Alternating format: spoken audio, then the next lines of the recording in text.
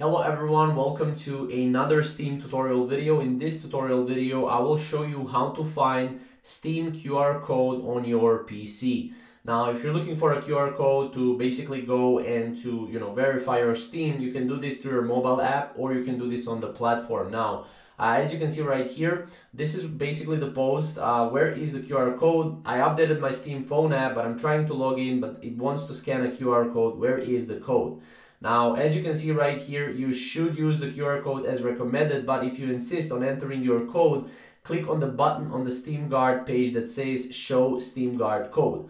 Now, this is how it's going to look like. You will need to go and visit the Steam mobile page, which is this right here, and you want to go and you want to download the Steam app on your mobile. Now, you can download this on your Android or on your iPhone. And as you can see, once you install the app and sign in with your Steam account credentials, you land on the SteamGuard tab.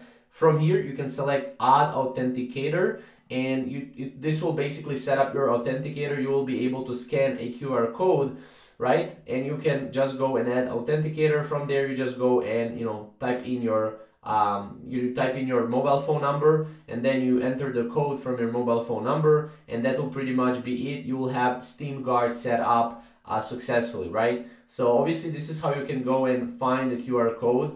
Again, you can also go and you can log in into your SteamGuard and just show the SteamGuard code.